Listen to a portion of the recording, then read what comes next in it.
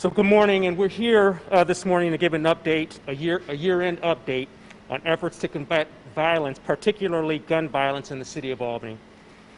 The last couple of years have been difficult as many cities across the country, especially urban environments, have experienced unprecedented spikes in violence. For example, and for context, homicides nationwide rose 30% between 2019 and 2020.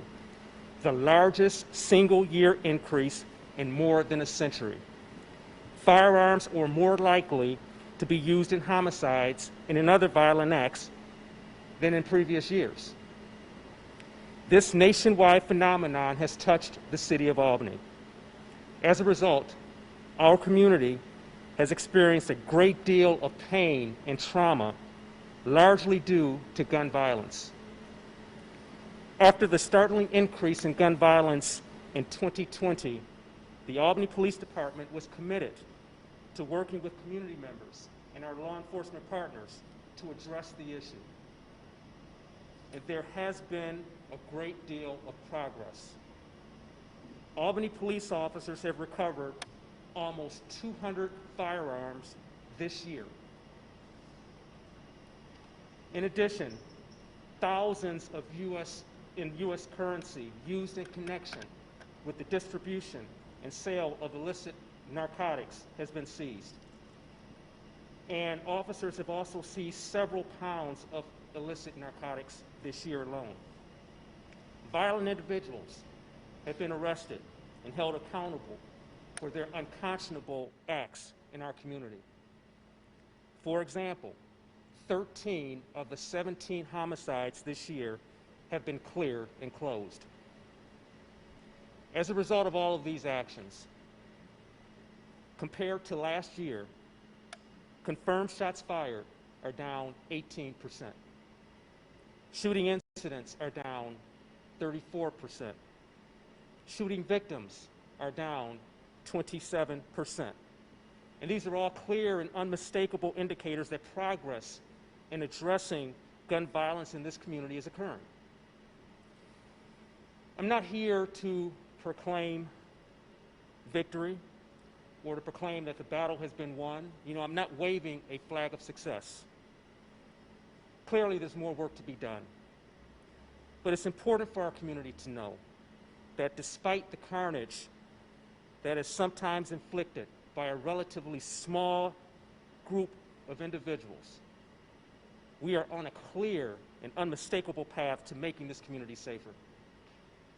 Moving forward, we'll continue to focus on the most violent individuals and hold them accountable. We will continue working with our community stakeholders and other law enforcement partners. For example, the CRCAC, the Capital Region Crime Analysis Center, which will be expanding operations in the city of Albany and providing even more resources and support and intelligence for helping us to address these issues. And we will continue giving the hard-working and dedicated men and women of the Albany Police Department all of the support that they need to do the job. And as an example of some of the things that we've seized, we have just a small example of some of the firearms that have been seized by Albany police officers here today. Overall, this year, we've seized 140 handguns, 51 long-arm rifles. And this is just an example of it. And what's so important about this is that we are seeing these firearms being used in an increasing rate in the violence in our community. For example, 16 of the 17 homicides that we've had this year were committed with firearms. Nationwide, we're seeing this increase in firearms that are being used in violent crimes compared to previous years. So every confiscation of a weapon that we have in this city could potentially be saving lives in our city. And these men and women of the Albany Police Department get it. Members of this community get it.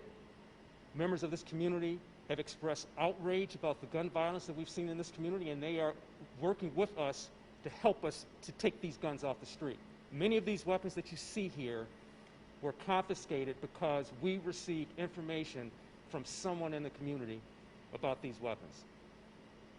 So we're committed to continuing this relationship and this partnership and collaboration that we have with all of our community partners, and we anticipate continuing on this path of progress as it pertains to addressing the gun violence in our community. Thank you, and with that, I'll turn it over to the mayor. Thank you, Chief. Thank you for your leadership, for the leadership of command staff, and to our officers and our detectives who have been so impactful in addressing the #1 concern that residents have expressed over and over again, and that is the increase in gun violence in our city. This police department rose to the challenge, notwithstanding the many internal challenges that the department faced with respect to staffing levels, with respect to ensuring that they were able to provide essential city services, and with respect to the many challenges that all of us have faced with respect to the COVID pandemic. All of those things impacted the men and women of this department and their families as well. And notwithstanding that, you see a record number of guns being taken off the streets and a department that is laser focused on addressing this issue that is so important to our residents. The trauma caused by this gun violence impacts our residents at deep levels. It impacts those who are directly involved as victims and as family members of victims. It impacts the families of those who choose to use a gun. It impacts the overall community and our sense of security and safety. And it also impacts the lives of our workforce. Our code inspectors who go out and work in every neighborhood across this city every day. Our firefighters who respond when called, whether it's for a fire or for an accident or for somebody who's experiencing a health crisis. For our water department employees, our DGS workers, they are out working every single day in these very neighborhoods where we've seen increased gun violence. And it impacts them as well. And so I want to say to our entire workforce, first of all, thank you for all that you do. Thank you for your service to our city. And know that this police department is here to ensure that you are safe as well. And for that, we should all be very grateful, and we should all be reaching out and thanking this department for helping to keep us all safer. I want to commend, as I said, the leadership, but I also want to commend the community partners. This is not something that we have been able to tackle on our own. It has required new community partners coming to the table, those who are participating in our Violence Reduction Task Force, those who have come forward and proposed new ways of engaging with our police officers, like the program that the chief has implemented, where he is partnering every new officer with a community member to help to ensure that the day they come out of that academy, they already know our neighborhoods, know our residents, and can be part of the solutions to the challenges that we face. And it is that type of leadership that will continue into 2022, because as the chief said, this isn't a victory lap. This is a very important thank you and commendation and recognition to the detectives and the officers of this police department who have done outstanding work and of whom we are really proud. And we need to continue to provide them with the resources that they need to do their jobs. And so we've made investments in our 2022 budget, and we will continue to be innovative as we look at how we focus on ensuring that every neighborhood in this city is safe. And we also need to remain laser focused on ensuring that those who choose to pick up a gun and use it in our city, that they are arrested, and that we do everything that we can to ensure that they are prosecuted to the fullest extent of the law. There are two sides to all of these equations. We hear from people in the community about how important it is for us to provide community services to our residents. And so we look forward to being able to work with our community-based organizations to continue to do that. And we also need to ensure that we are focusing our resources on keeping our communities safe, on arresting people who choose to engage in violent behavior, so that we can move our city forward. and ensure that this is a city that all of us can be proud of, where all of us feel safe, and where every neighborhood is safe. And Chief, I want to thank you and the men and women of this department again. This is truly remarkable work. And I know from the stories behind these stories, the challenges, the danger, the heroism that it took to get these guns off the street. And so I'm proud of the officers of this department. I'm proud of the work that they've done, and I look forward to continuing that work into 2022. Thank you. We're available for any questions that you may have. Chief, you touched on how the numbers have gone down over the last years and that the stuff. What do you think has been the difference? Clearly, for me, it's been the level of community engagement that we have. It was a difficult year, a difficult 2 years, when our system shut down, when law enforcement couldn't operate like it usually could, like social services couldn't operate like they normally could. Industries across the country were shut down. And so it was a difficult time. And once those things started to revamp and to revive, we started connecting. And we started connecting like we were before we had the crisis. And it's starting to show right now. We have an incredibly engaged community. And again, as I said before, people were absolutely outraged by what was happening. And people, rarely did a day go by that I did not get a call from somebody in the community that wanted to help. Sometimes it was publicly, sometimes it was just behind the scenes. So I would say that a major part of this was the level of community engagement that we had in addressing this issue. And again, as the mayor said, I give so much credit to my officers and detectives. They understood that they couldn't do it alone. They're extremely talented people in this department, extremely experienced people, but they knew, intuitively, they knew that we had to really touch on this level of engagement that we have in this city. And we did, and we're starting to see some progress. Chief Hawkins, has there been any sort of developments or progress regarding your conversations with Sheriff Apple regarding the police union's concerns about that partnership with the Sheriff's Department? Yeah, absolutely. Sheriff Apple and I have spoken on a couple of occasions since then. Our staffs are in communication. Because of the holiday period, we had to postpone the meeting that we had scheduled for last week. And so that meeting is actually scheduled for next week. But in the meantime, we've been in close communication to ensure that our operations are aligned, that our philosophies are in line in terms of how we want to police. And right now, I don't see any issues. Chief, can you address, it used to be a lot of the crime that would take place with guns and stuff would happen after dark.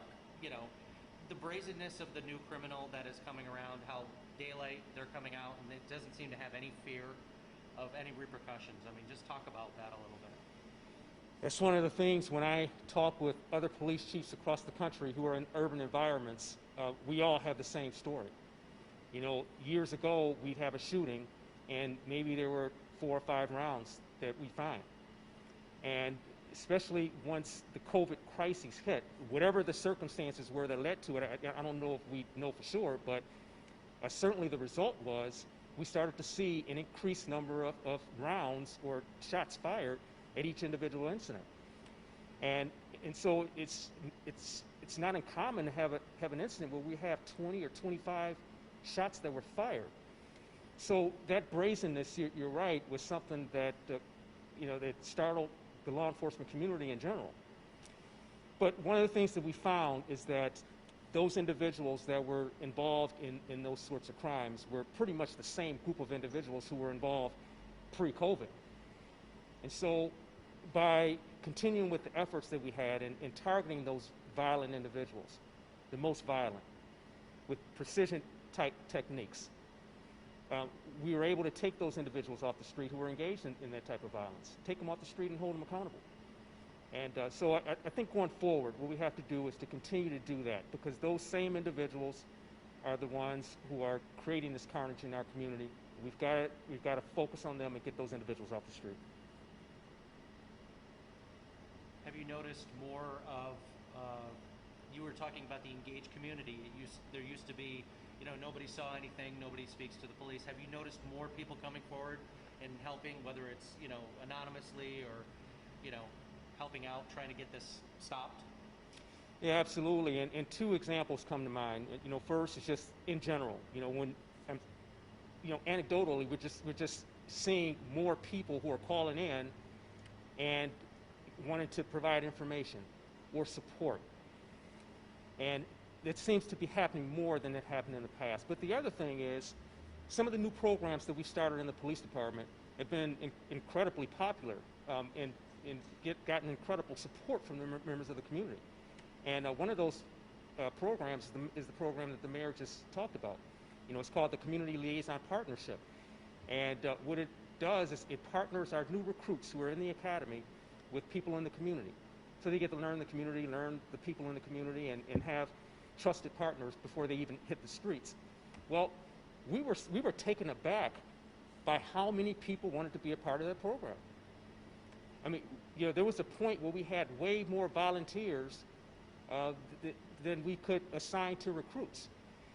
And so that's just one example of how engaged this community is and how outraged the community is with some of the violence that they're seeing, because they want to be involved.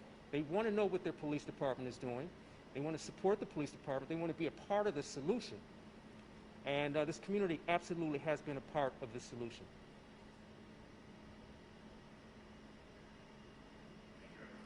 Thank you.